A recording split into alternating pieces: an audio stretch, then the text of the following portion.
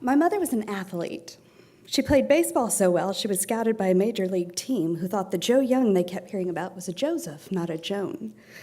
The scout told her coach that it was a damn shame she wasn't a boy because he would have recruited the girl right there. She was a shortstop phenom who could hit a home run from a crouched position, play catcher like she was Johnny Bench. She was a dancer, too. She was graceful and coordinated, and she could pick up and repeat complex choreography just like it was banging a drum. She outran, outplayed, even outboxed every boy in her Army-adjacent neighborhood. But more than that, she was a special kind of all-around athlete who knew how to get the best of the people around her. She coached misfits to victory on a regular basis with a blend of practice, patience, and intelligence. And then she had me. Bless her heart. See, I tried to come into this world sideways, and that's probably the way I'll go out of it because I am the least coordinated, least physically athletic, least physically intelligent person in my family. And after a lifetime of glorious athleticism, my mother turned to nurse to tend the broken bones, the sprains, the pulled muscles, the scrapes, cuts, bruises, head wounds, and the concussions that I brought back just from my everyday interactions with the world. My mother once told me she'd been afraid she wouldn't know what to do with a girl. As rough and tumble as she had been, she was afraid she wouldn't know what to do with someone if they liked baby dolls and pink. And I guess it's exactly what she did, because if anyone ever loved baby dolls and pink, it was me. If girl can be a verb, I did it. I was born to girl. I girled so hard. Pink, sparkles, lace, pageants, plays, that was my world. If it didn't already have some glitter on it, I could fix that. I would happily have put lipstick on a pig or a dog. My poor dog. My mother might not have known what to do with all that, but it never showed. She delighted in me, and she valued what I found important. But she didn't just watch, she coached.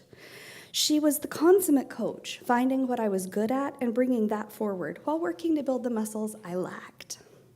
She gave up on my sports muscles by the time I was 13. At the time of my retirement from junior high softball, my most spectacular play had been accidentally catching a pop fly, then sitting down on third base because I couldn't remember what else to do with the ball. In spite of my athletic inabilities, in spite of me never being able to do the things she loved, she never gave up on coaching me as her daughter. And it wasn't until I had my own baby that I started to understand the mental fortitude that takes, the practice, the patience, the intelligence it takes to coach a child into her best self. My mother had no idea what to do with this glorious creature, so she studied me. She found the places where I could excel. There were college-level literary courses.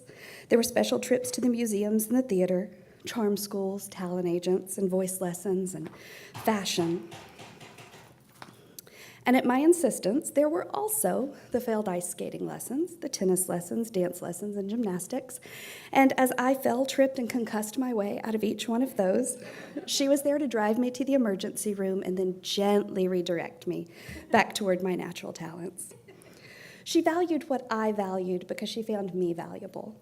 She was interested in what I did because she found me interesting.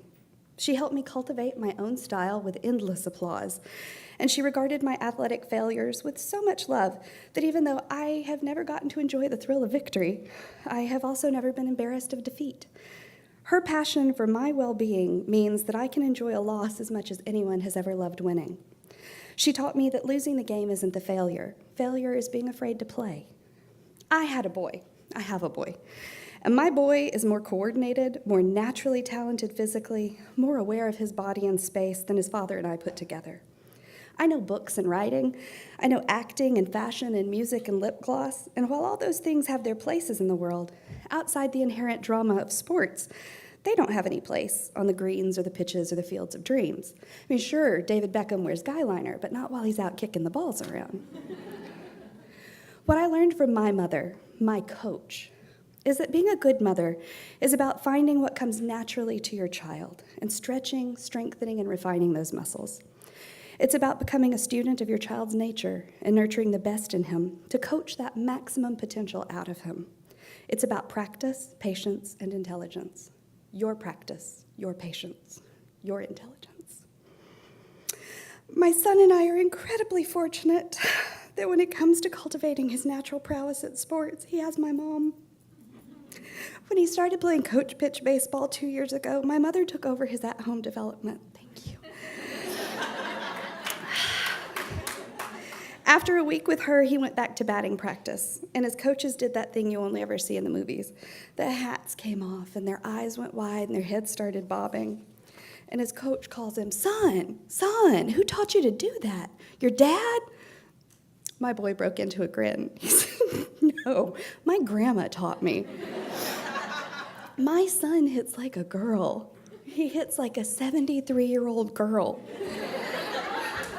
His coach asked for an introduction. See, 60 years later, coaches are still mistaking my mother's amazing abilities for a man's. But I'm here to tell you that there is no athlete, there is no coach alive like my mighty Joe Young, whose practice, patience, and intelligence are proof that a good mother can cultivate an artist as easily as an athlete. Thank you, Mom.